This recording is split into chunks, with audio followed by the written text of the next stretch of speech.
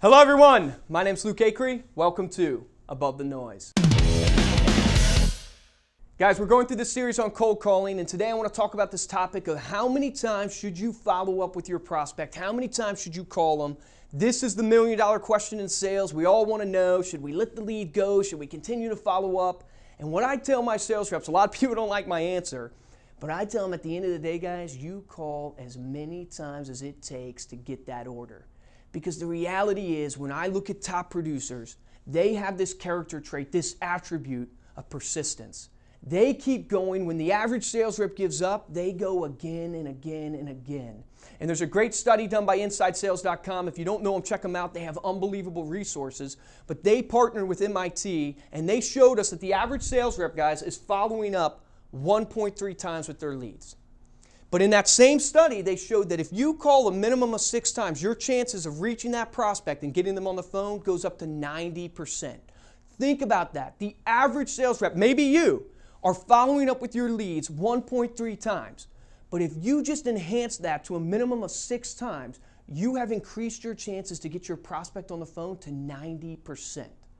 And when I look at my sales career, and I look at the prospect and the follow-up journey that they go on, I really have seen it broken down into this acronym called CAR. The first phase of this buyer's journey is the curiosity phase. You're calling your prospect, your caller ID is coming across their phone, and they're going, who is this calling me? Why are they calling me? Maybe they let it go to voicemail, maybe they talked to you for a little bit, but you didn't get them on the first call, so now you're in this follow-up process and they move to the second phase. And the A stands for annoyance. I hate to state it like it really is, but the truth is no one wants to get a sales call. No one wants to be sold.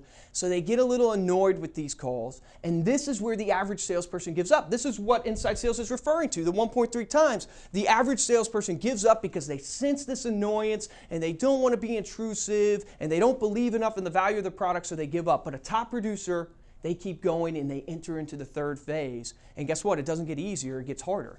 They move to this resentment phase, where this person has gone from annoyance to being really annoyed. They're almost resenting you because you keep following up with them. You keep sending them emails. But what separates top producers is they're not just calling 6 times, sending 6 emails and 6 voicemails. They're being unique. They're adding their personality, humor to their follow-up process. Maybe writing a personal note, sending a funny picture. They're differentiating themselves, and it takes them from the resentment phase to the final phase, which is respect. And I've seen it time and time again when I've closed deals that after I get the order, I get the credit card, the prospect turns to me and goes, Luke, I just have to compliment you on your follow-up. You are so persistent. You have so much tenacity. I wish I could be like that. This same person was annoyed with me 2 weeks ago, and now they're praising me for my follow-up skills. And it leads me to my third and final point, that there's a fine line, guys, between persistence and harassment. You never want to harass a client. You need to disguise it and be passionate. The truth is, if your client or your prospect is perceiving you as pushy, aggressive, you're not doing a good job. They should be perceiving you as the passionate person that you are, that you believe so much in the product and services that you bring to the table. That's why you continue to follow up.